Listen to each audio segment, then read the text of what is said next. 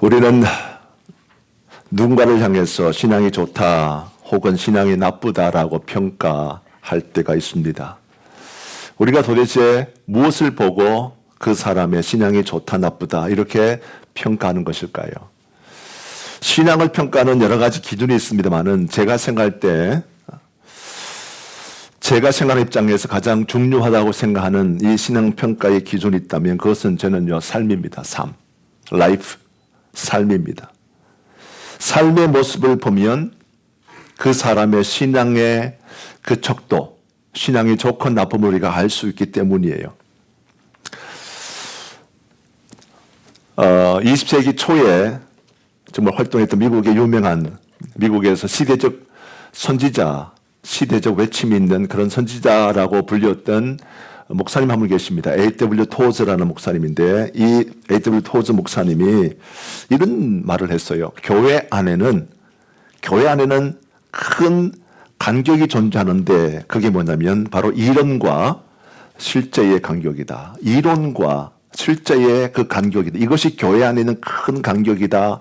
이렇게 호통쳤던 적이 있습니다. 무슨 말인가 하면 성도들의 삶에는요 큰 간격이 있다는 거예요. 오늘날 우리가 신앙생활하고 교회생활하고 있습니다만은 사실은 우리 성도들의 그 모습을 제대로 진단하게 되어지면 우리 성도들의 삶 가운데는 큰 간격이 있습니다. 뭐냐면 교회에 나와서 주님 앞에 예배 드릴 때의 우리의 모습하고 그 다음에 예배를 마친 이후에 우리의 모습 간에 큰 간격이다. 큰 갭이 있다는 겁니다. 이것은 틀림없는 이야기가 되겠죠. 성도님들이 교회에서 보여주는 성도들의 그 모습하고 세상 가운데서 살아가면서 집에 돌아갔을 때 가정에서의 모습이나 직장에서의 모습이나 학교에서의 모습이나 이 세상에서의 모습이 다르다는 겁니다. 큰 간격이 있다. 큰 갭이 있다는 거예요.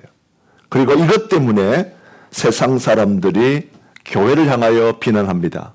이민교회가 많이 있지만 이 많은 이민교회가 세상 사람들로부터 지탄을 받는 이유가 바로 그것이요. 큰 간격 때문에 그렇습니다.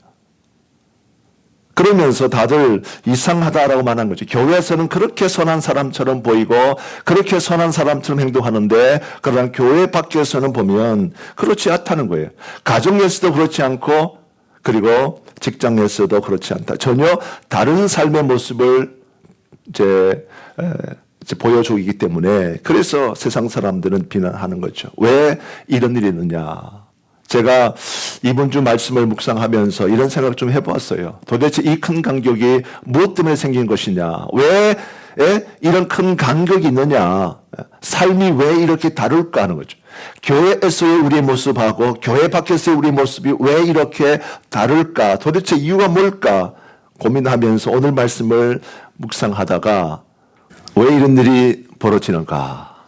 왜 이런 일이 벌어지는가? 이 하는 문제를 제가 고민하면서 지난 한 주간의 말씀 묵상을 좀 했는데 오늘 이 말씀을 통해서 저는 매우 중요한 영적인 깨달음을 제가 얻을 수 있었습니다. 왜냐하면 이 문제에 관하여 지금 사도 야고보가 우리 가운데 어드바이스, 조언을 해주고 있어요. 똑같이 이런 상황들이 초대교회도 있다 보니까 이 문제에 관해서 사도 야고보가 정말 어떻게 이 두 삶 가운데 이 간격을 좁힐 수 있겠는가. 그리고 그 간격을 좁힐 수 있는 그 방법을 오늘 말씀 가운데 두 가지로 설명해 주고 있습니다. 그래서 제가 이 부분을 제가 소개하기를 원하는데 이 두 가지는요. 제가 지난주에 말씀 묵상하면서 깨달은 그런 깨달음입니다.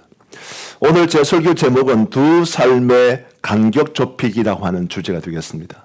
오늘 말씀을 통해서 여러분 잘 따라오시면 좋겠습니다. 오늘 이 말씀에 보면 사도 야고보가 두 가지를 우리 가운데 삶의 코칭을 해주는데요. 첫 번째 말씀이 이거예요. 삶의 간격을 좁히려고 한다면 우리는 말씀을 잘 받아야 한다.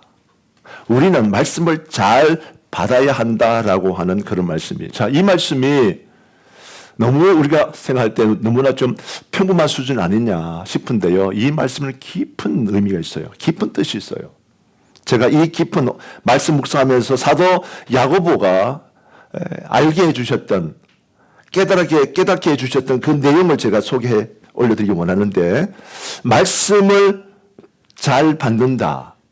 성도가 말씀을 잘 받아야만이, 그래야만 우리가 이 세상 가운데서 우리의 삶의 이 두 가지의 간격이 좁아질 수 있다. 이렇게 이야기합니다.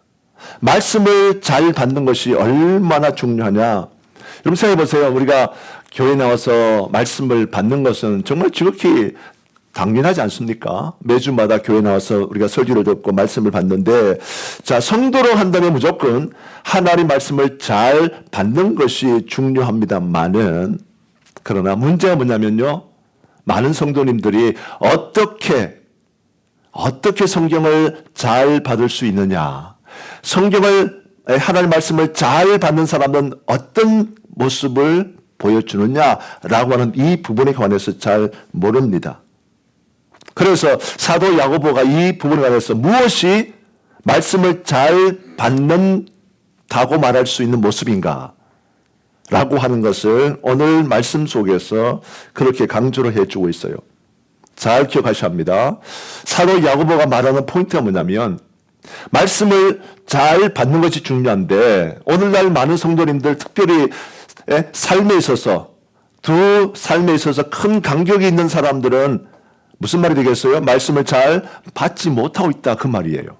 근데 우리는 보면 교회 나와서 말씀을 듣고, 예배 시간에 말씀을 듣고, 성경을 묵상하면서 성경 말씀을 통독하는 가운데 말씀을 듣는다라고 생각하는데, 만약에 말씀을 우리가 정말 제대로 잘 듣는다면 우리의 삶에는 이 간격이 좁아져야 정상이다. 간격이 없어야 된다, 그 말이에요. 교회에서의 선한 그 모습하고 교회 밖에서의 선한 모습이 같아야 된다, 그 말이거든요. 그런데 여러분 아신 것처럼 우리 이민교회 대부분의 성도님들이 보면 삶이 엉망입니다. 그래서 세상 사람들이 비난하는 거거든요. 그래서 오늘 이 사도 야고보의 이 가르침 첫 번째, 말씀을 잘 받아야 되는데 도대체 어떻게 하는 것이 말씀을 잘 받는 것인가? 말씀을 잘 받는다란 말은 도대체 어떤 모습인가? 라고 하는 그런 차원에서 좀 소개를 올려드리겠습니다. 자, 본문 19절 말씀입니다. 같이 합독합니다. 시작. 내 사랑하는 형제들아, 너희가 알지니 사람마다 듣기는 속히 하고 말하기는 더디하며 성내기도 더디하라. 아멘. 교회 생활을 오래 하신 분들은 이 말씀에 대해서 잘 안다고 생각하는 그런 경향이 있어요. 이 말씀을 많이 들었고요. 우리가 때때로 이런 이야기를 할 때가 있습니다. 말씀을 인용할 때는 똑같이 이 말씀을 인용합니다. 무슨 말인가 하면 성도님들이 이 말씀의 의미를 잘 안다고 스스로 착각한다는 거예요. 그런데 이 말씀에는요, 더 깊은 그리고 실천적인 그런 어드바이스가 있습니다. 19절 말씀은 하나님 말씀을 잘 받는다는 것이 도대체 무슨 뜻인가 라고 하는 것으로 이 사도 야고보가 세 가지 포인트를 이야기해줘요. 세 가지 포인트. 이 세 가지 포인트가 함께 있어야 우리가 말씀을 잘 받는다라고 말할 수 있다는 겁니다. 이 세 가지 함께 있는 사람들이 결론적으로 보면 하나님 말씀을 잘 받는 것이고, 하나님 말씀을 잘 받기 때문에 이런 사람들은 삶의 간격이, 두 종류의 두 가지의 삶의 간격이 좁아지게 되어 있다, 그런 말이 되겠죠. 자, 첫 번째 포인트입니다. 19절 말씀 보니까 사람마다 듣기는 속히 하고 말하기는 더디하며 성내기도 더디하라. 오늘 사도 야고보가 세 가지 포인트를 말하고 있죠. 사람마다 듣기는 속히 하고, 두 번째는 말하기는 더디하며, 세 번째 성내기도 더디해라. 이 세 가지를 말해주면서 이것이 말씀을 잘 받는, 말씀을 제대로 받는 사람들의 모습이다 하는 겁니다. 우리가 말씀을 잘 받는다라고 우리가 그렇게 생각할 때는 이 세 가지의 모습이 나타나야 된다는 거예요. 이 세 가지 모습이 나타나는 사람은 말씀을 잘 받는 사람이 되는 것이고, 이 세 가지의 요소, 이 세 가지 포인트가 삶 가운데 나타나지 않는 사람들은 아무리 뭐 은혜 받았다, 아무리 말씀을 잘 듣는다, 아무리 뭐 한다 할지라도 이 사람은 하나님 말씀을 제대로 받은 사람이 아니다, 그 뜻이 됩니다. 그래서 오늘 이 말씀이 참 중요한 거예요. 자, 먼저 하나님 말씀을 잘 듣는 사람이 되기 위해서는요, 오늘 말씀 보니까 경청의 태도가 필요하다는 거죠. 경청, 말씀을 속히 듣는다. 듣는 것을 속히 한다. 어떤 사람은 그렇게 말하죠. 교회 나와서 주일날 예배 시간에 말씀을 집중합니다. 그래서 말씀의 은혜를 받았다고 말해요. 오늘 목사님의 말씀에 내가 은혜를 받아가지고 이 말씀 때문에 내가 위로를 받았고, 이 말씀 때문에 내가 힘을 얻었고, 이 말씀 때문에 내가 문제 해결의 실마리를 내가 찾았다. 이렇게 말을 하는데 문제 뭐냐? 삶이 엉망이야, 삶이. 이렇게 말한 사람들이 보면요, 함부로 말을 하고, 이렇게 말한 사람이 함부로 또 화를 내고 이렇게 산다는 거예요. 근데 이게 아니라 그 말입니다. 이 세 가지 포인트 함께 있어야 되는데, 자, 제가 하나하나 포인트를 살펴보기 원하는데요. 첫 번째는 경청의 태도입니다. 하나님 말씀을 잘 받는 사람은 경청을 잘한다. 경청을 잘한다. 경청이라는 말 무슨 말입니까? 잘 듣는다. 그 말이 되겠죠. 잘 듣는다. 사실 이 통계를 보게 되면요, 오늘날의 가정의 문제, 넘버원 문제가 뭐냐면요, 이 경청의 문제에서부터 시작돼요.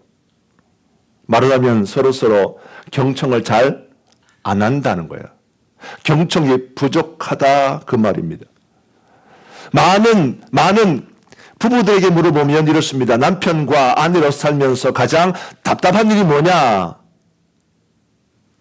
도대체 뭐가 답답하냐? 이렇게 말하면요, 많은 부부들이 이렇게 답합니다. 말이 통하지 않아요. 말이 통하지 않아요. 아내가 말을 해도 남편이 잘 듣지 않고, 남편이 말해도 아내가 잘 듣지 못하는, 서로 말귀를 못 알아먹는다는 거예요. 이 경청의 문제가 오늘 가장 큰 문제입니다. 그러므로 가장 좋은 배우자가 어떤 배우자인가 하면 돈을 많이 벌어주는 배우자가 아니에요. 진짜 좋은 배우자가 뭐냐면 누구보다도 내 말을 잘 들어주는 그 사람. 내 말을 정말 주의 있게 잘 들어주면서 경청을 잘하는 그 사람이 그렇게 복 있는 사람이고 좋은 사람인 거예요. 좋은 배우자가 되는 거예요. 그러면 오늘 이 말씀을 잘 기억하셔야 합니다. 경청을 잘 하셔야 돼요. 자, 경청에는요, 5 스테이지. 경청에는 5단계 있습니다. 1단계는 뭐냐? 무시함의 단계입니다. 무시함. 말을 해도 그 말에 관해서 그냥 무시하는 거야. 내가 알아들으려고 노력하지 아니하고 그냥 그 말, 너는 말해라. 나는 그냥 무시할 거야. 너는 짖어라. 나는 무시할 거야. 이렇게 된다는 거예요. 실제로 많은 부부들 가운데 이런 모습이 있습니다. 남편은 말하거나 아내가 말하면 그냥 또 다른 사람은 배우자는요, 그 말에 대해서 그냥 무시한, 너는 그렇게 해라. 나는 무시할 거야. 아주 안 좋은 단계예요. 경청을 못하는 사람입니다. 두 번째 단계가 뭐냐면요, 스테이지 2가 뭐냐면 경청을 가장합니다. 경청하는 척하는 거예요. 그러니까 말하자면 듣는 척하는 겁니다. 듣는 척하면서도 듣지 않는 거죠. 저는 이것이 오늘날 교회 안에서 가장 흔한 성도들의 모습이라고 생각해요. 매주마다 제가 느끼는 게 뭐냐면 성도님들이 잘 듣는 척해. 진짜로. 말씀을 잘 듣는 척하고 말씀 앞에 집중하는 척하는데 실상은 잘 듣는 게 아닙니다. 왜냐하면 정말 제대로 말씀을 만약에 우리가 듣는다 한다면 우리가 이럴 수 없거든. 이럴 수 없어. 제가 늘 매주마다 강조하는 것이 늘 비슷할 거예요. 포인트는요. 말씀을 여러 가지 주제로 제가 말씀을 준비합니다만, 그러나 내용은 비슷합니다. 예수 잘 믿는 거 아니겠어요? 예수 잘 믿고 하나님 앞에 내 삶을 드리는 거 아니겠어요? 정말 말씀 그대로 말입니다. 우리가 교회에서의 선한 모습하고 세상에서 모습하고 똑같다. 이것이 옳은 건데, 그렇게 말씀을 많이 듣고 하지만 여전히 성도님들이 어떤 삶의 선택이나 결정할 때는요, 이 설교 말씀 듣고 바꾸지 않더라고요. 변하지 않더라고. 그걸 제가 많이 봤어요. 그냥 우리 성도님들은 이 말씀을 내가 들을 때나 이 말씀 듣기 전에 내가 생각했던 모든 것이나 이것이 사실 말씀 통해서 바뀌어지고 모를 때니까. 이제 알았다 한다면, 제대로 말씀 들었다 한다면 이것 때문에 완전히 바꿔야 되는 것 정상 아니겠어요? 그런데 안 그렇더라고 말이야. 스테이지 2, 경청을 가장함의 단계입니다. 실상은 잘 듣지 않는 거죠. 그 다음에 스테이지 3, 3단계는 뭐냐면요, 선택적 경청입니다. 내가 선택해서, 야, 이거는 내게 좋은 말이다. 이것은 내가 동의하는 내용이다. 그러면서 그때는 정말 듣습니다만은 이것은 내가 원하지 아니하는 그런 말이다 싶으면요, 사람 듣지 않습니다. 특히 우리 교회 안에 성도님들이 보면 그렇습니다. 이 목회자가 다 보고 있거든요. 성도들의 모습을 다 하나하나 봅니다. 설교 시간에 제가 안 보는 것 같아도 다 보고 있거든요. 그러면 어떤 성도는 그렇습니다. 오늘 이 말씀, 이 메시지가 내 마음에 맞지 않아요. 이 말씀은 내가 듣고 싶지 않아요. 그래서 딱 보면 알아. 지금 이 말씀을 지금 거절하는구나. 말씀을 대해서 내가 거부 반응이 있구나. 이 말씀을 싫어하는구나. 금방 알 수 있죠. 눈빛부터 다르죠. 또 그런 어떤 성도는요, 정말 그렇습니다. 이 말씀을 너무너무 사모해서, 이런 말씀 좋아해서 이 말씀을 가슴에 받아들입니다. 그러면서 눈이 반짝반짝 빛나요. 얼굴도 환해지면서 금방 알 수 있어. 아, 은혜 받고 있구나. 이 말씀을 정말 너무너무 사모하는구나. 알 수 있죠. 무슨 말인가 하면 선택적으로 하더라고 말. 선택적으로. 경청을 선택적으로 합니다. 그 다음에 4단계 있는데 4단계 스테이지 4가 뭐냐면요, 주의 깊은 경청의 단계라고 그래요. 말하자면 정말 집중해서 주의 깊게 경청합니다. 저는 이 4단계만 되어도 좋다고 생각해요. 이 4단계만 되어도 가정의 문제가 많이 해결됩니다. 해소됩니다. 정말 이 4단계만 되어도 부부의 관계 속에서 많은 문제가 풀리고 해결되어 있어요. 정말 좋은 단계입니다. 그런데 성경에서 말하는 경청이 뭐냐? 오늘 이 말씀에서 사도 야고보가 듣기는 속히 하라라고 말할 때 이 포인트가 뭐냐면요, 이것은 5단계인데 뭐냐? 공감적 경청입니다. 공감하는 거예요. 이 5단계의 경청을 하신 분이 누구냐면 예수님입니다. 예수님께서는 이 공감적으로 경청하셨어요. 이게 무슨 말인가 하면 이런 이야기입니다. 말하는 사람의 입장과 말하는 사람의 마음과 말하는 사람의 감정까지 살피고 그것을 내 마음으로, 내 감정으로 이렇게 억셉하는 거예요. 이게 공감이에요. 우리가 공감이란 말이 그 말이잖아요. 누군가가 막 울고 있을 때 그 사람의 입장을 생각하면서 그 마음이 공감이 되어지면 나도 함께 울컥하면서 눈물이 쏟아지게 되어지고, 누가 너무 기뻐하는 모습 보면서 그 사람의 이 기쁜 감정을 내가 공감하게 되어질 때 그때 나도 같이 웃으면서 환호하면서 축하하게 되는 거 아니겠어요? 이게 공감이거든. 공감. 예수님께서 이 공감적으로 경청을 잘 하셨어요. 우리가 잘 아신 것처럼 한 번은 예수님께서 수많은 남자와 놀아났던 사마리아 여인 우물가로 찾아가십니다. 그리고는 그 여인과의 대화 속에서 주님께서는 공감적으로 경청합니다. 그랬더니 이 여인이 한 번도 자기 자신에 대해서 오픈하지 않았던 그 자기의 마음속에 깊이 묻어뒀던 인생의 무거운 짐을 주님 앞에 다 하나하나 낱낱이 내려놓습니다. 고백합니다. 그리고 바로 그날에 구원을 받습니다. 이게 바로 공감적 경청의 위력입니다. 파워가 바로 그런 거예요.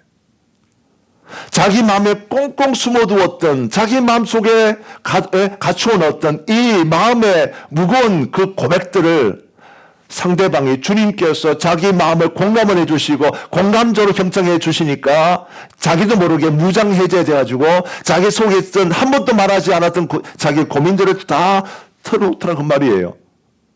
어떤 사람 보면 이런 사람이 있습니다. 목사님은 신기하게도요, 내가 왜 이런 이야기 하는지 모르지만 내 속에 있는 걸 술술 이야기를 할 때가 있어요. 그때 뭐냐면 공감적으로 경청이 되니까 그렇게 되는 거 아니겠어요?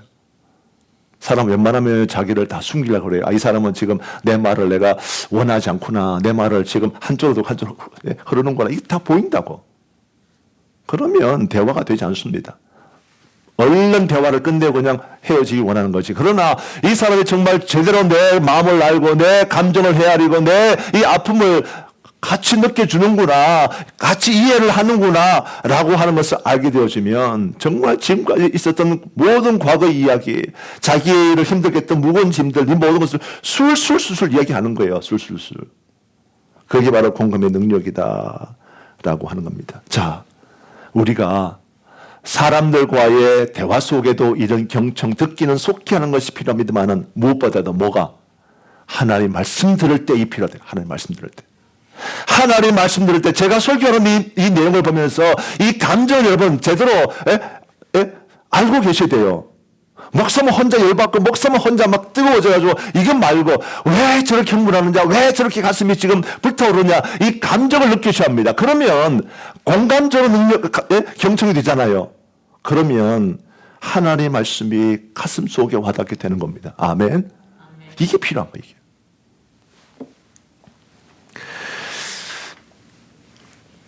우리가 성경을 묵상할 때도 그냥 성경을 묵상하면 안 됩니다. 하나님 말씀을 통독할 때도 그냥 통독하면 안 됩니다. 아브라함이 이삭을 데리고 모리아산에 올라가서 이제 하나님 앞에 번제를 올려드리는 이런 부분을 읽을 때 그냥 지나면서 아멘 아멘 하고 휘떡 지나는 것이 아니라 그때 아브라함의 마음을 내가 내 마음으로 느껴보는 거예요. 이게 공감이거든요.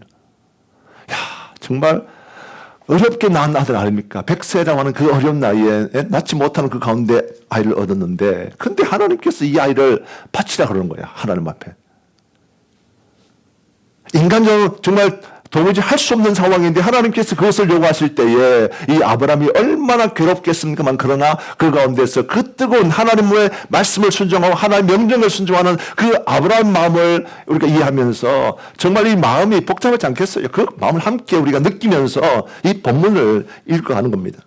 하나밖에 없는 그 자식을 이제 얼마 하면 주게 하는 그 상황이지만 그 아버지의 심정을 마음으로 품어보면서 그때 공감을 하면서 그렇게 하나님의 말씀 묵상해 놓으면요. 이 말씀이 살아 생사기 움직이 되는 거예요.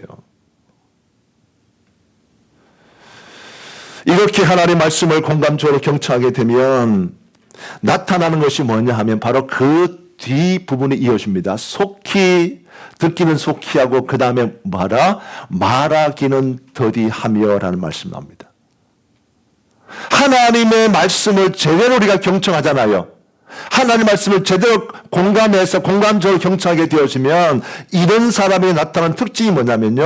말하기를 더디하게 된다입니다. 말하기를 더디하게 된다 이 말이에요. 왜냐하면 함부로 말하지 않게 된다 그 말입니다. 여러분 하나님의 말씀을 깊이 묵상하고 그 말씀을 깊이 받아들여서 공감적으로 경청해서 그 말씀을 잘 받는 사람이 말을 함부로 하는 거 혹시 보신 적이 있으십니까? 말을 함부로 하지 않아요. 오늘날에 제가 여러 번 이 말씀을 강조드렸습니다. 오늘날에 교회 안에서의 분쟁은요. 말을 함부로 하는 데 있습니다. 대부분이 그래요. 교회 중직자라고 하는 분들이 성도들에게 함부로 말을 하고 마찬가지입니다. 집사람 분들이 함부로 말을 하고 성도끼리 함부로 말을 하는 거야. 말하자면 자기 혀를 통제, 컨트롤하지 못하기 때문입니다. 교회 수십 년 생활하고 말씀을 많이 배웠다 그러고 성경을 통독했다고 말하고 내가 성경을 100번 읽었다 이렇게 말한다 할지라도 함부로 말하는 사람이 있어. 함부로. 자기 말을 함부로 하는 사람이 있는데 이런 사람들은요. 무슨 말인가 하면 잘 들어보십시오. 이것은 하나님 말씀을 제대로 들은 사람이 아니라 그 뜻이 되는 거예요. 오늘 이 말씀 뜻 아시겠습니까? 여러분 이 말씀을 잘하는 게 아니에요. 말을 함부로 하면 안 됩니다. 오늘 지금 사도 야고보가 우리 가운데 말하기는 더디해라. 말을 함부로 하지 마라. 말하기 전에 생각하고 해라. 말이 무섭다. 말을 조심해라. 말을 통제해라. 이런 말을 하지요. 하나님 말씀을 제대로 받지 않았기 때문에 내 기분에 따라서 내가 하고 싶은 말 상대를 생각하지 않냐고 그냥 내 감정에 치우쳐서 말을 함부로 하는 겁니다. 자, 그래서 지금 사도 야고보가요, 말하기는 더디하라라고 말하면서 다시 한 번 더 오늘 본문 말씀 가운데 강조를 합니다. 자, 본문 26절 말씀인데 우리 같이 합독해 보겠습니다. 시작. 누구든지 스스로 경건하다 생각하며 자기의 혀를 제갈 물리지 아니하고 자기 마음을 속이면 이 사람의 경건은 헛것이라. 아멘. 자, 자기 혀를 제갈 물리지 아니하고 그랬어요. 이 말이 무슨 말이겠습니까? 말을 함부로 하는 거예요. 말을 막 하는 거야. 말을 막 하는 사람은 다른 게 아니고 자기 혀를 자갈 물리지 않으면 자기 혀를 통제, 컨트롤하지 않는 겁니다. 만약에 어떤 분이 교회에 나와서 온갖 정말 거룩한 척 다 합니다. 경건한 척 다 합니다. 교회 나와서 열심히 기도하고 봉사하고 헌신하고 그러면서 정말 스스로 생각할 때는 경건하다고 생각하고 또 다른 사람 볼 때 마찬가지. 야, 저분은 정말 경건하다. 예수 잘 믿는 사람 맞다. 기도 많이 하더라. 성경 많이 보더라. 교회 충성하더라. 그렇게 보이는 사람입니다만, 그러나 그런 사람이 자기 혀를 제갈 물리지 아니하고 함부로 말을 하게 된다면 이 사람의 그 사람 모든 경건, 그 사람 모든 헌신, 그 사람 모든 섬김, 구제, 이 다 모든 것이 뭐하다? 헛것이다는 헛것이다. 여러분 이 포인트를 잘 잡아야 돼요. 정말 이 말씀을 잘 아셔야 돼요. 지금까지 여러분 내가 말을 함부로 하잖아요. 그럼 이 사람은 아직까지 하나님 말씀을 받은 사람이 아니고 내가 한 모든 것은 다 죄송하지만 가짜다. 그 말이에요. 말에 실수가 있는 사람은 아직도 하나님의 말씀을 제대로 받고 있지 않다. 이렇게 말씀드릴 수 있습니다. 말로서 남에게 상처를 주고 남의 말을 함부로 하는 사람은요, 아직도 하나님 말씀을 한 번도 제대로 경청해 본 적이 없는 사람이다. 그 말이에요. 죄송하지만 이민교회 안에는 이런 사람들이 가득합니다. 오늘날 이민교회 안에 이런 사람이 가득합니다. 때문에 세상 사람들이 자꾸 비난하는 거야. 저 사람이 교회 장로래, 저 사람이 교회 권사래, 저 사람이 교회 집사래, 저 사람이 목사래, 이런다 그 말이에요. 참 무슨 말씀 아닙니까? 도대체 왜 세상 사람들이 교회에 열심히 나가서 봉사하고 있는 이런 사람들을 그렇게 비난할까요? 다른 게 아니에요. 삶의 모습이 일치하지 않기 때문입니다. 삶 가운데 두 가지 삶이 큰 간격이 있기 때문입니다. 그리고 이 두 가지 삶의 간격이 있는 이유가 뭐냐면 하나님의 말씀을 한 번도 제대로 들은 적이 없기 때문이에요. 말씀을 제대로 듣는다면 이런 말씀을 제대로 들은 사람은요, 말을 함부로 하지 않습니다. 혀를 조심합니다. 왜냐하면 이렇게 경건한, 정말 제대로 경건하니까 말을 함부로 못하는 거야. 네, 이 말 때문에 누군가 상처가 될까? 네, 이 말 때문에 하나님이 하나님의 백성으로 선택해 놓은 사람을 내가 혹시라도 시험에 들게 할까? 이러면서 그게 두려운 거야. 사랑하는 성도 여러분, 제발 입 조심 좀 합시다. 말을 함부로 하지 맙시다. 혹시 내 속에 뭐가 마음에 들지 않는 거 있다 할지라도 입을 닫아야 됩니다. 유익하지 않아요. 교회가 분쟁이 언제 일어나냐면 앞에서 말씀드린 것처럼 자꾸 너나 할 것 없이 자꾸 이야기할 때입니다. 함부로 험담하고 함부로 입을 댈 때 이야기예요. 그리고 누가 험담할 때 나도 옆에서 같이 동조해가지고 같이 조언해서 내 말을 덧붙여가지고 그래 이 사람이 나쁜 사람이야, 이 사람 죽을 사람이야 하면서 같이 하잖아요. 이것도 옳지 않다니까. 이게 그럴 수 없다는 거예요. 그래서는 안 된다는 겁니다. 이렇게 하나님의 말씀을 공감적으로 경청하는 사람은요, 어디에서나 누구에게나 뭐한다? 말을 조심한다. 자, 따라합시다. 우리는 어디에서나 누구에게나 말을 조심해야 한다. 정말 그렇습니다. 우리는 항상 어디에서나 누구에서나, 특별히 차 안에서 말을 조심하시다. 특별히 부부라면 우리가 그 말 하잖아요. 베개송사. 두 사람의 잠잘 누워가지고 이런저런 소리 하면서 아주 그냥 험담하는 거예요.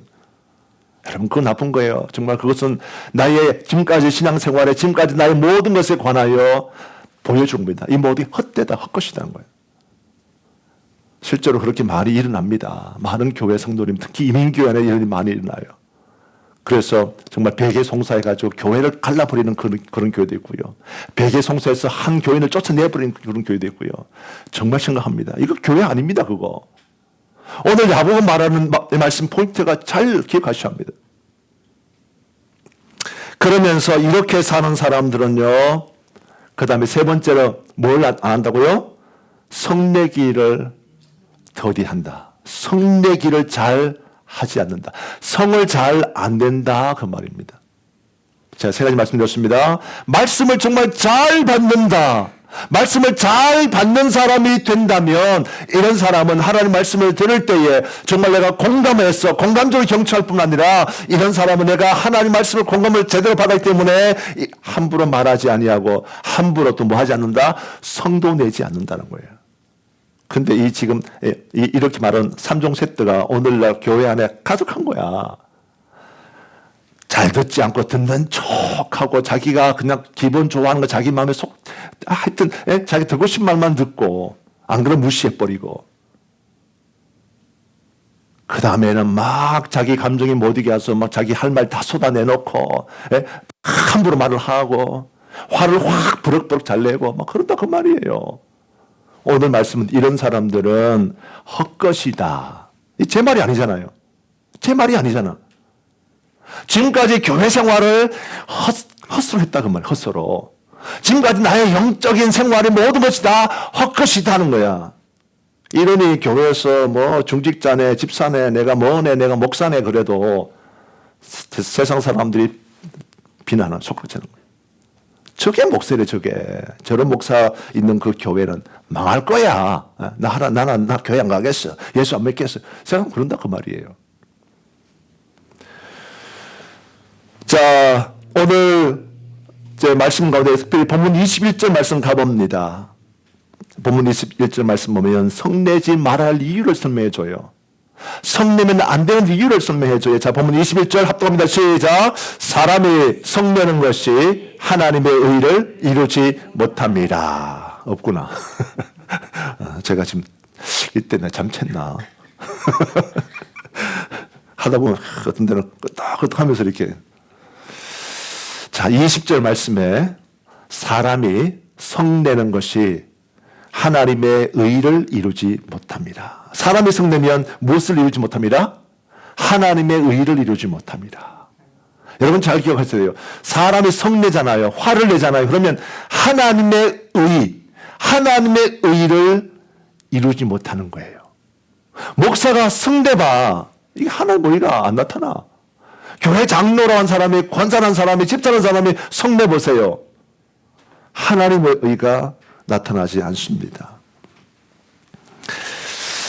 자, 오늘 말씀에서 지금 사도 야고보가 성내기도 더디하라. 그러면서 사람이 성내는 것이 하나님의 의를 이루지 못한다. 이렇게 말하고 있는 이유가 뭐겠습니까? 실제로 많은 사람들이 성내더라 그 말이에요. 성내더라. 교회 생활하면서 성낸다. 신앙생활 하면서 성냅니다. 가정에서도 성내기를 잘하고요. 그리고 직장에서도 성내기 잘하고 교회에서도 성내기 잘하는 거야. 항상 화가 나 있어. 항상 화가 나 있어. 얼굴 보면 항상 화가 나는 분이 계세요. 감사하게 우리 교회는 그런 분이 안 계셔서 제가 이렇게 말을 해야 되겠죠? 안 계셔서 감사한데 화나면 안 돼. 여러분 화내시면 안 됩니다. 자기 마음을 잘 다스리고 그렇게 하셔야 합니다. 말씀을 잘 받는 사람이라면요. 정말 화를 잘 안 냅니다. 성내기를 더디하게 되어 있다 하는 것이 오늘 야고보 사도의 중요한 포인트예요. 자, 이런 모습이 있어야 세상 사람들이 볼 때 야 뭔가가 다르다 이게 나오는 거죠. 사람은 화를 막 돋굴 때 화를 돋굴 때 확 화를 내는 것이 아니라 그 가운데도 내가 참아야지. 예수 믿는 사람으로서 내가 참아야지. 하나님 말씀을 내가 먼저 받은 사람으로서 참아야지 하면서 스스로 컨트롤할 수 있어야 된다. 그래야 우리가 보면요, 이 삶의 간격이 좁아지는 거예요. 그러니까 교회 안에서는 우리가 그렇잖아요. 화가 나도 우리가 화를 잘 안 내려고 애를 쓰잖아, 우리가. 그렇죠. 그래도 다른 사람이 있고 목사가 또 보고 다른 성도가 보고 하나님이 보신다고 생각하기 때문에 내 감정을 스스로 막 통제해가지고 그때는 화가 나지만 그래도 화 안 난 척 하잖아요. 교회 안에서는. 근데 교회 딱 나가잖아요. 나가면 자기 감정을 다 쏟아내는 화를 확 내는 거예요. 이게 무슨 말이에요? 두 가지 삶에 있어서 간격이 크다는 거야. 이건 옳지 않다 그 말이에요. 그러므로 오늘 이 말씀을 잘 기억하셔야 합니다. 말씀을 잘 받으면 말을 함부로 하지 아니하고 말씀을 잘 받으면요. 그리고 성도 함부로 내지 않습니다. 이런 사람이 될 때 세상 사람들이 뭐 하겠어요? 존경하는 겁니다. 교회는요. 세상으로부터 존경을 받아야 돼요. 내가 교회 직분자로 한다면 내가 직분자로서 세상 사람들에게 존경을 받아야 마땅합니다. 제 마음이 가장 아픈 것이 뭐냐면 많은 그래요. 큰 교회에 어느 뭐 순장이라는 사람이 더 나쁜 짓 많이 하는 거예요. 나도 어느 교회에 내가 순장이다. 나도 어느 교회 안수 집사다. 나도 어느 교회 집사다. 권사다. 장로다. 이러면서 더 나쁜 짓 하고 있는 거예요. 다 옳지 않습니다. 우리는 예수 믿는다. 내가 교회 직분자라고 한다면 그 직분에 걸맞게 사람들에게 그런 모습을 세상 가운데에서도 살아 보여줘야 합니다. 그럴 때 세상 사람들은요 존경합니다. 다시 여러분 기억하십니다. 우리는 존경받아 마땅해. 예수 믿는 성도는요 세상 사람들의 존경을 받아야 합니다. 아멘. 세상 사람들이 존경받아야 돼. 세상 사람들이 빛나면서 이렇게 예수 믿을 거면 그냥 나 안 믿을래. 안 된다 그 말이에요. 안 된다 그 말이에요. 많은 분들이 왔다 갔다 하고 있죠. 우리 제 이 말씀 앞에 많은 사람이 왔다 갔다 하고 있죠. 안 됩니다. 예수 믿는 사람을 보면서 야 나도 이렇게 살고 싶다. 나도 이런 가정을 내가 만들고 싶다. 이런 남편이 되고 싶고 이런 아내가 되고 싶고 이런 부모가 되고 싶고 이런 자녀가 되고 싶다. 그런 칭찬을 받을 수 있어야 합니다. 그러기 위해서 첫 번째 뭐라고 그랬어요? 말씀을 잘 받아야 된다. 아멘. 말씀을 잘 받아야 돼. 자, 두 번째 하나 더. 두 삶 사이의 간격을 좁히려면요. 따라합시다. 우리는 받은 말씀을 삶 속에서 실천해야 합니다. 정말 그렇습니다. 삶 가운데서 실천해야 합니다. 이것도 마찬가지. 이것도 여러분 간단치 않는 문제예요. 우리가 잘 아는 말씀입니다. 대충 알고 있는 말씀입니다만은 여기에 깊은 뜻이 있다. 사도 야고보가 이런 이야기하지요. 말씀을 삶 가운데서 실천하는 것이 중요하다. 오늘날의 문제가 뭐냐면 말씀을 받았지만 말씀을 실천하지 않는 거 이게 문제 아니겠어요? 지난주 말씀을 우리가 말씀을 들었다 한다면 그 지난주 들은 말씀을 내 삶 가운데 실천해 놓으면 우리가 다른 삶을 살 수 있는데 지난주 말씀은 지난주 말씀으로 듣고 끝나는 거예요. 그런 내 삶에 뭐가 없어요? 변화가 없는 거예요. 변화가. 오늘날의 가장 큰 문제가 뭐냐면 사람들이 말씀을 듣기는 하는데 그 말씀을 듣고서 삶 가운데 실천하지 못하기 때문에 그래서 삶에 변화가 없다. 그러므로 이 세상 가운데 두 가지 삶의 간격이 멀어져 있다 그 말이에요. 점점 더 멀어져 있는 거예요. 안타까울 수밖에 없죠. 자, 오늘 사도 야고보가 이런 이야기 해줍니다. 자, 보면 22절 말씀 같이 합독합니다. 시작. 너희는 말씀을 행하는 자가 되고 듣기만 하여 자신을 속이는 자가 되지 말라. 아멘. 자, 이 말씀 속에 보면요. 두 가지 삶에 관하여 두 가지 모습에 관하여 서로서로 compare. 두 가지 삶 모습을 가지고 서로서로 대조하고 있습니다. 비교하고 있어요. 하나는 뭐냐면 하나님의 말씀을 듣고 뭐 하는 겁니다. 행하는 거죠. 행하는 거죠. 말씀을 내가 들었던 네 말씀을 가지고 내 삶 가운데 실천하고 그렇게 살아보는 겁니다. 그런 사람이 있는가 하면 오늘 말씀 보니까 또 다른 한 사람 뭐라고요? 말씀을 듣기만 하는 사람이 있다는 거야. 오늘 많은 성도들이 지금 뭐 하고 있습니까? 말씀을 듣기만 하고 있는 거예요. 제가 이거를 내 너무 가슴 아픈 거야 지금. 여러분 제 이 마음 아시겠어요? 우리 이민교회 많은 성도님들이 그저 매 주일마다 나와가지고 말씀을 듣기만 하고 있는 거야.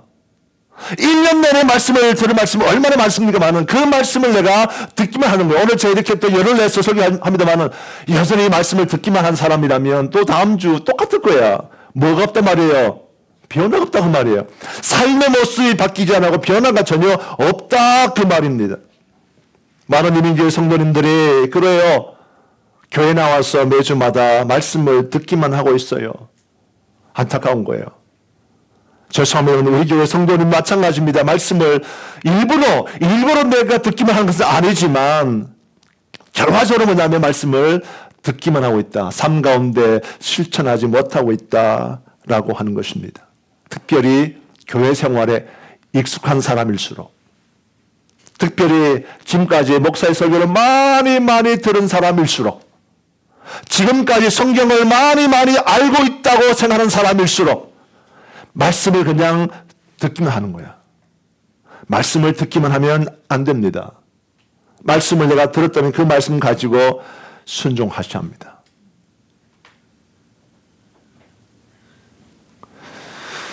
기도하자, 예배하자, 하나님께 드리자. 얼마나 제가 설교 많이 했습니까? 많은 그 말씀을 듣기만 해놓으니까 그 다음에 삶의 변화가 없고 세상 환경 앞에 흔들리고 넘어지고 그러고 살아가는 거예요. 그러면서 자기 생각이 앞서고 그렇다라고 하는 겁니다. 이것은 정말 가슴 아픈 이야기가 되는 거예요.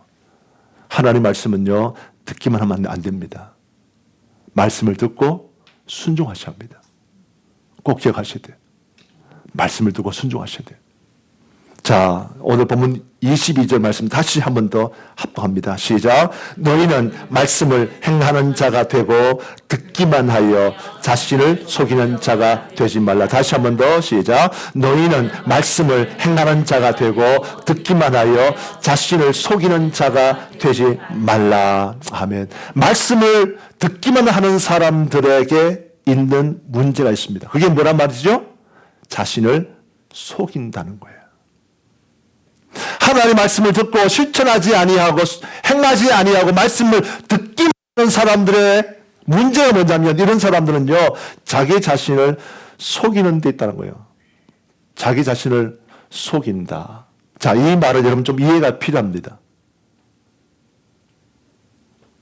제가 이 말씀을 좀 이해를 돕기 위해서 이렇게 좀 설명 좀 해보겠습니다. 어떤 성도가, 어떤 교회 집사님이, 권사님이, 장로님이 말씀을 듣습니다. 그리고 그 말씀 앞에 은혜 받습니다.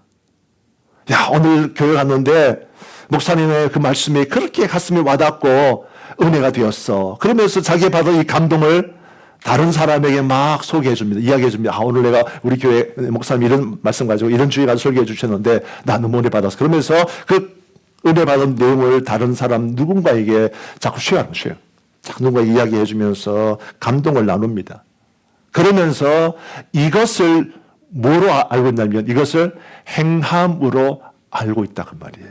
이해되십니까? 깊은데 이해됩니까? 네? 우리가 하나님의 말씀을 행한다, 우리가 말씀 받아서 말씀을 행한다라고 할 때 사람들이 뭘 하냐면, 내가 말씀을 받아서 감동받아서 은혜 받아서 이 은혜 받은 사람을 내가 누군가에게 쉐어할 때, 그때 우리는 이것을 보고 행함이라고 착각한다는 거예요. 우리가 새벽 기도하면서 교회 나와서 기도하면서 하나님께 받은 말씀, 하나님께 깨달은 어떤 감동, 하나님께 주시는 은혜를 내가 그걸 통해서 내가 성장한다. 내가 교회 나와서 기도하고 내가 새벽마다 기도하고 이렇게 하고 있으니까 그렇지 않는 사람보다 내가 지금 좀 더 성장했다, 좀 더 나아졌다, 내가 말씀을 사고 있다라고 착각한다는 거예요. 이게.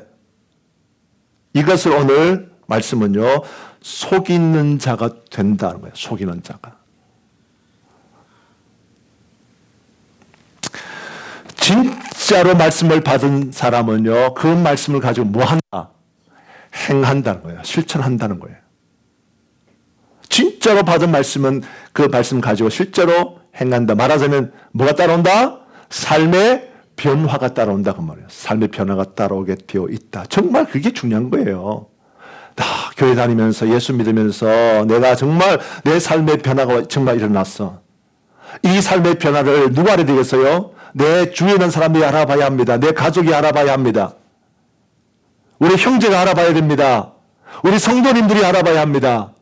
진짜 변화가 되어야 돼요. 이런 사람이 뭐냐? 하나님 말씀을 정말 제대로 받는 사람인 거예요. 그래서 매 주일마다 교회에 나오면 나올수록 내 삶이 더 변화가 되어져야 정상인 거예요.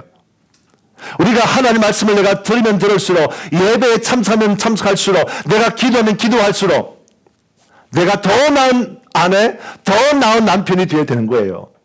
무슨 말인지 아시겠습니까? 진짜로 변화된 사람이 되어야 됩니다. 그게 중요한 거야. 내가 진짜 우리 피플스 교회 내가 지금 10몇 년째 교회 다니고 있는데, 근데 목사가 인정을 못 해줘요. 목사가 저분 아직까지도 신앙의 성장이 없어. 왜 아직도 안 변화되냐 하면 지금까지 말씀을 듣기만 한 사람이었다 그 말입니다. 이해되시죠? 이해되시죠? 진짜 하나님 말씀을 받은 사람은요, 사람의 삶이 변화하게 되어 있고, 삶의 가치가 변하게 되어 있고, 지갑이 변하게 되어 있고요, 목표가 변화되어 있고요, 모든 것이 변화가 되게 되어 있어요. 하나 앞에 나와서 말씀을 많이도 은혜 받았다고 말하는데 여전히 세상이 좋은 거예요. 세상이 여전히 세상 쾌락이 좋은 거예요. 세상의 쾌락이. 그거 변화가 아닙니다. 그거 예수 믿는 게 아니에요. 말씀을 듣고 행하는 사람이 아니에요. 진짜 말씀을 듣고 행하는 사람은 변화가 나타나게 되어 있어요. 자, 본문 23절 24절 합독해봅니다. 시작. 누구든지 그는 거울로 자기 생긴 얼굴을 보는 사람과 같아서 제 자신을 보고 가서 그 모습이 어떠했는지를 곧 잊어버리거니와. 아멘. 자, 우리가 잘 아는 말씀인 거죠. 우리가 잘 아는 뭐죠? 거울의 예화. 이 거울의 예화. 우리는 매일매일 거울을 봅니다. 오늘도 교회 나오기 전에 거울을 봤습니다. 거울이 없는 곳은 없습니다. 다 있습니다. 우리 교회 안에도 거울이 있고, 여러분 차 안에도 거울이 있고, 심지어 여러분의 핸드백 속에도 거울이 들어있습니다. 거울은 항상 있어. 거울은 하루에도 몇 번씩 우리가 보게 되어 있습니다. 그걸 왜 봅니까? 보면서 자기의 모습을 살피는 거죠. 자, 우리가 시간이 다 됐어요. 교회에 나올 시간이 다 됐어. 예배 시간 다 돼가지고 집에서 막 이제 준비합니다. 마지막으로 거울을 한 번 더 봅니다. 그걸 보면서 내 얼굴의 모습을 보는데, 보니까 손질이 다 됐다고 생각했지만 여전히 머리가 엉망이 되어 있어요. 그때는 어떻게 하겠어요? 바쁘니까 그냥 대충, 아니면 바쁘니까 그냥 나가자 이렇게 하겠어요? 그 바쁜 시간에도 머리를 정리하고 이렇게 하겠죠. 그것이 거울 예화의 내용입니다. 무슨 말인가 하면 하나님 말씀이 우리 가운데 거울이다. 거울이다. 근데 어떤 사람 보니까 말씀을 통해서 이 말씀의 모습하고 내 삶의 모습이 서로 다른데, 말씀에 비춰왔을 때 내가 너무 영적으로 게을러서 기도하지 아니한데, 말씀에 비추어서 내가 너무너무 어리석어서 말씀대로 순종하지 아니하는데, 사람을 미워하고 저주하고 비난하고 말을 함부로 하는 내 모습이 있는데, 이것이 말씀과 비춰봤을 때 내 안에 이런 모습이 있는데, 그러면서 뭐하냐면 말씀을 제대로 보고 듣고 행하지 아니하는 사람은요, 자기 거울 보고 잊어버린 사람과 같다, 이렇게 말한다는 거예요. 이해되시죠? 오늘날의 성도들이 이렇게 하고 있다는 거예요. 야고보 사도는 이 예화를 마친 다음에요, 25절 같은 그런 지침을 주고 있습니다. 25절 합동합니다. 시작. 자유롭게 하는 온전한 율법을 들여다보고 있는 자는 듣고 잊어버리는 자가 아니요 실천하는 자니 이 사람은 그 행하는 일에 복을 받으리라. 아멘. 하나님 말씀은 그냥 말씀이 아니고 어떤 말씀? 우리를 자유롭게 하는 말씀이란 거예요. 여러분 이 말씀 잘 기억하셔야 합니다. 하나님 말씀을 정말, 하나님 말씀이 나를 구속하고 나를 얽매는 것이 아닙니다. 제가 이렇게 말씀을 드리는 것이 뭐냐면, 이 말씀이 우리를 정말 자유를 빼앗아 버리고 우리를 아주 끌고 다니고 우리를 종처럼 그렇게 하는 것이 아니에요. 많은 이 땅의 어리석은 사람들이 이렇게 말합니다. 어떻게 말씀대로 다 사냐? 이 말씀대로 살면 나에게 무슨 자유가 있냐? 하늘 말씀 보면 그렇잖아요. 말씀을 가지고 묵상하고 내 마음대로 살지 아니하고 성령에 따라서 살고, 그리고 정말 주신 말씀대로 내가 섬기고 봉사하고 헌신하고 나의 욕망을 내가 죽이면서 없애면서 오로지 하나님 기쁘시게 하는, 이것이 도대체 무슨 행복이냐, 여기에 무슨 자유함이 있냐라고 사람들이 컴플레인합니다만은 그게 아니라 그 말이에요. 하나님 말씀은 우리 가운데 진정한 자유를 주는 말씀입니다. 마치 물고기가 어디서야, 물속에 있어야 자유롭듯이 나 이 물속에 나오는 이 상황 속에 내가 있는 거 나 정말 답답해 미치겠어. 그러면서 물 밖으로 뛰쳐나와 버리면요. 순간적으로 자유함이 있겠지만 그것을 느낄지 모르지만 그러나 곧 죽고 말잖아요. 물고기는 어디 있어야?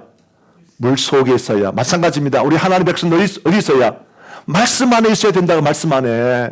말씀을 따르고 이 말씀대로 살아가는 것이 뭐냐면 이것이 우리 가운데 진정한 자유를 주는 것이다. 그러면서 맨 마지막에 이렇게 말합니다. 하나님 말씀을 보면서 내 모습을 고치고 수정하고 이 말씀을 내 삶 가운데 적용해서 그렇게 살아가는 사람, 말씀대로 행하는 그 사람이 뭐라고 그랬어요?